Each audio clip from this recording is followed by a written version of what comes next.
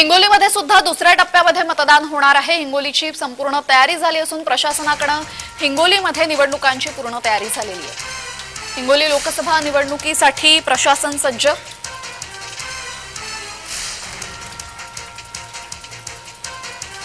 या संदर्भात आढावा घेतलाय आमचे प्रतिनिधी श्रीधर वाळवंटे यांनी। पाहूया। हिंगोली लोकसभा मतदारसंघातील सध्या दुसऱ्या टप्प्यामध्ये मतदान प्रक्रिया चालू आहे आणि मी उभा आहे हिंगोलीच्या पॉलिटेक्निक कॉलेज या ठिकाणी। आपण पाहू शकता की या ठिकाणी जे आहे ते लोकसभा निवडणुकीच्या प्रचारासाठी सर्व उमेदवारी जोरदार प्रचार केलेत आणि बुधवारी सायंकाळी प्रचार करण्यासाठीची मतदान प्रक्रिया संपलेली आहे। आता 25 एप्रिल म्हणजे आज मात्र प्रशासनाला बूथ दरम्यान या ठिकाणी कर्मचारी रवाना करण्यात येत आहेत।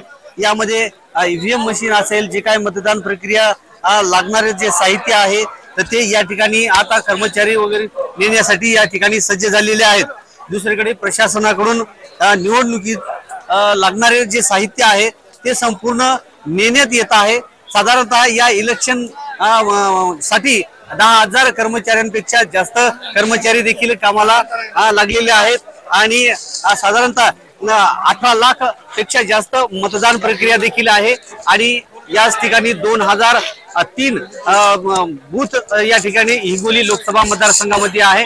आता उद्या 26 एप्रिल रोजी सकाळी 7 वाजता मतदान प्रक्रिया सुरुवात होणार आहे। श्रीधर वाळवंटे, जय महाराष्ट्र न्यूज, हिंगोली।